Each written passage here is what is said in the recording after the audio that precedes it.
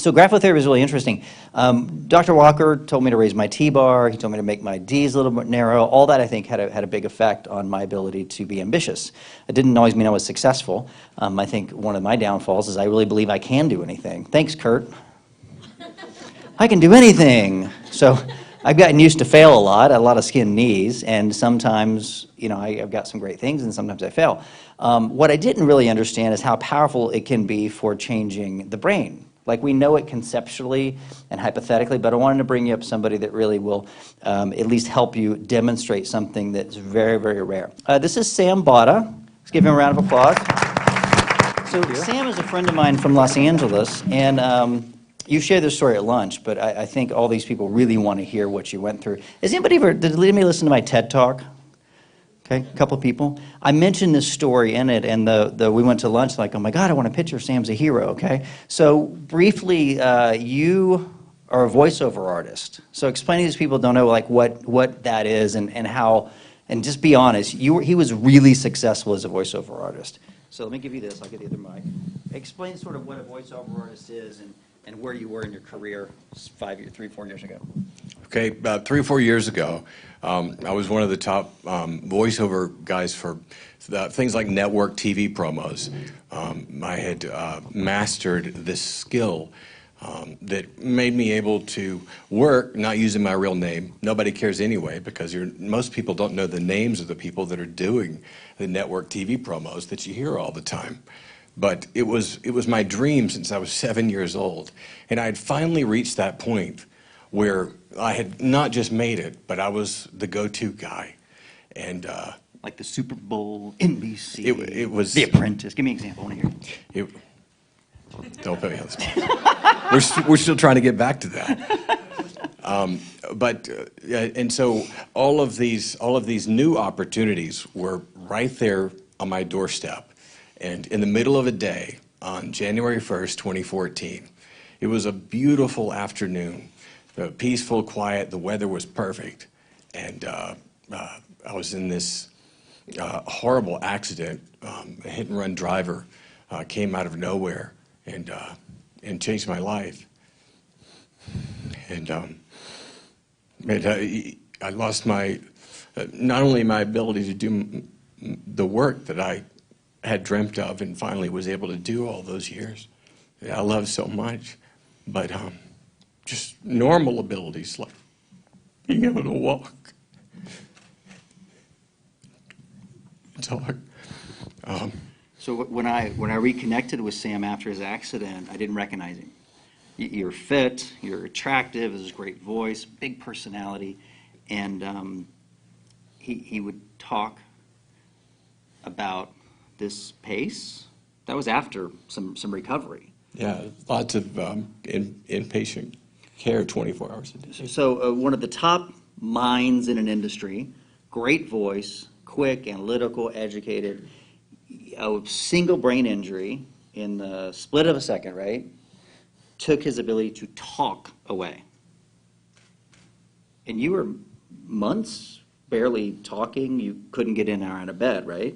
It was frustrating, because you want to communicate, and what's in your head is not coming out right, and it was even after all that, it was still hard to, after all those months of therapy, it was still hard to track a conversation.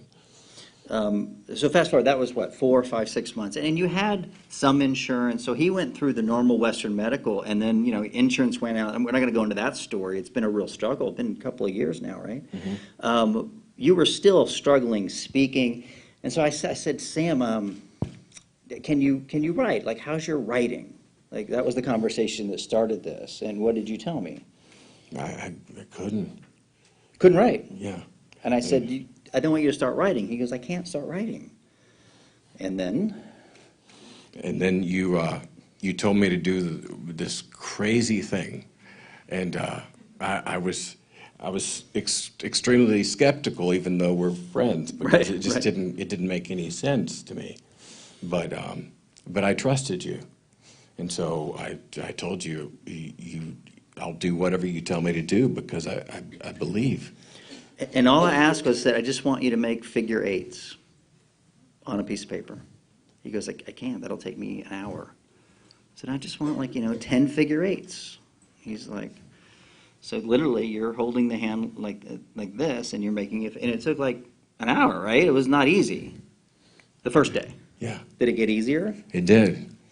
I just kept going, and I finally got to that point where I was able to successfully do it. You told me to do it 20 minutes a day, and I had the studio set up, and the days of being there and trying to practice a script of being behind the microphone and crying. Those days became much happier days the longer I did it, because I was actually able to, my brain was connecting with the script, and I was able to act scripts. And before that, I would repeat a phrase 100 times and still not be able to nail it. So why do you think moving your hand repetitively in that shape somehow regrows neural pathways in your brain? That's so odd, right? Yeah. Do you have any theories? I mean, you lived through it. I still don't. I don't know. I mean, but I know that that because of everything that happened, I've fallen and had some pretty major falls, and had some serious setbacks that have landed me back in full-time 24/7 inpatient care. But each time, my go-to exercise has been the same thing, and it every time brings me back. And if I were I have some of the best doctors in the world for this kind of injury. Right, right. But you talk to them about it, and they think you're insane. And you've done MRIs, you've done all the treatments, right? I mean, hundreds of thousands of dollars in treatment. And is there any Millions. Millions.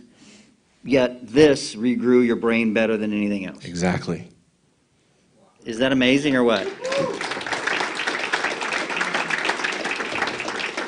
And you're still not 100%, but you're getting better every month. Yes. Yeah. And I just wanted to say that I'm really humbled to see so many people in here, because the fact that y'all chose to be here means that you want to make a difference in people's lives. This gives you the ability to transform people's lives, just like it's done for me.